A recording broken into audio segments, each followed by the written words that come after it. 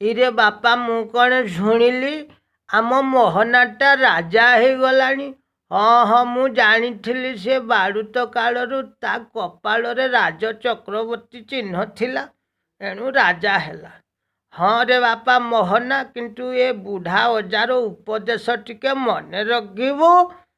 ନା କଥା କ'ଣ କି ଓଡ଼ିଶାବାସୀ ତୋତେ ଅନେଇ ରହିଛନ୍ତି।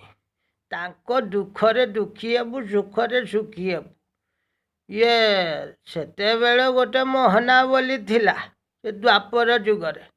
ସିଏ ତାର ମୋହନ ମୁରଲି ଫୁଙ୍କିକି ସାରା ଜଗତଟାକୁ ପୁରା ମୋହିତ କରି ଦେଉଥିଲା।